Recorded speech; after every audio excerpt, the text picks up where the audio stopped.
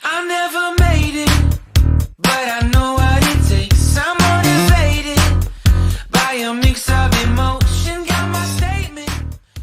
សួស្តីពុកម៉ែបងប្អូនទាំងអស់គ្នាស្វាគមន៍ជាថ្មីជាមួយនឹង Cambo Technology ម្ដងទៀតហើយបាទថ្ងៃនេះ Cambo Technology សូមបង្ហាញពុកម៉ែបងប្អូនទាំងអស់គ្នានៅរបៀបបើកមុខងាររបស់ Facebook ធ្វើឲ្យពុកម៉ែបងប្អូនទាំងអស់គ្នាហ្នឹងគឺ upload វីដេអូបាទ upload វីដេអូរូបភាពអីផ្សេងៗហ្នឹងចូលទៅក្នុង Facebook ឲ្យមានលក្ខណៈបានច្បាស់ល្អបងប្អូនទាំងអស់គ្នាគឺវាហៅថា Full HD តែម្ដងអញ្ចឹងបងប្អូនទាំងអស់គ្នាភាគច្រើនតែថាបង្ហោះវីដេអូឬក៏បង្ហោះអីផ្សេងៗចូលនៅក្នុងហ្នឹងភាគច្រើនគាត់ឃើញ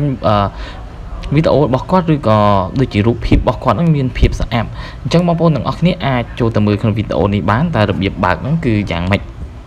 អូខេឥឡូវពេលយើងចូលមកដល់លក្ខណៈបែបនេះបងប្អូនមើលខាង tray 3នេះបាទបើសិនទូរស័ព្ទខ្លះដូចជាសម្រាប់Android គឺនៅខាងលើបងប្អូនទាំងអស់គ្នាបាទអញ្ចឹងបងប្អូនទាំងអស់គ្នាចុចនៅខាងក្រោមនេះមកបាទបន្ទាប់ពីចូលមកដល់កន្លែងនេះហើយបងប្អូនទាំងអស់គ្នាអូសចុះមកខាងក្រោមមកបន្ទាប់មករកពាក្យថា setting and privacy បងប្អូនទាំងអស់គ្នាបាទsetting and privacy បន្ទាប់ពីបងប្អូនចុចចឹងហើយវាប្រកាសជាលោតលក្ខណៈបែបនេះមកទៀតគឺបងប្អូនយកពាក្យថា setting ទៀតមកបាទយើងយកពាក្យថា setting ទៀតមកបន្ទាប់មកបងអូសយកបងប្អូនអូសយកមកខាងក្រោមមកហើយបងប្អូនរកពាក្យថា media បាទពាក្យថា media បងប្អូនប្រកាសជាឃើញហើយនៅខាងក្រោមនេះបាទអញ្ចឹងយើងចុចពីលើពាក្យថា media ហ្នឹងមកបាទបន្ទាប់ពីយកពាក្យថា media ហ្នឹងហើយបងប្អូនអូសចុះមកខាងក្រោមមកបាទយើងអូសចុះមកខាងក្រោមបន្ទាប់មកបងប្អូននឹងឃើញហើយនេះគេដាក់ video and photo settings អញ្ចឹងបងប្អូនឃើញហើយនៅកន្លែងនេះគឺ video upload HD ហើយនឹង follow សំទោស photo upload HD អញ្ចឹងបងប្អូនឃើញនៅកន្លែងនេះបិទទេបាទកន្លែងនេះបិទអញ្ចឹងមានន័យថាគឺបងប្អូនទាំងអស់គ្នាពេល upload video បាទ upload video ឬក៏ upload photo រូបភាពរបស់បងប្អូនហ្នឹងចូលទៅក្នុង Facebook គឺមានន័យថាគឺអត់មានលក្ខណៈ HD Full HD ទេគឺលក្ខណៈវីដេអូរបស់បងប្អូនឬក៏រូបភាពបងប្អូនហ្នឹងគឺមានលក្ខណៈធម្មតា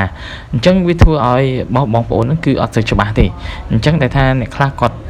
អាប់ឡូតចូលទៅគាត់មើលឃើញហេតុអ្វីអត់ច្បាស់ឬក៏ពេលគាត់ដាក់ហើយពេលគាត់ត្រូវការ download យកមកវិញដូចជារូបភាពអីចឹងមើលទៅលក្ខណៈវាអត់ច្បាស់ទេអញ្ចឹងបងប្អូនទាំងអស់គ្នាអាចបើកមុខងារនេះបាននៅក្នុង setting ហ្នឹងអញ្ចឹងបងប្អូនគ្រាន់តែចូលចុចទៅខាងលើវាមកដើម្បីឲ្យបើក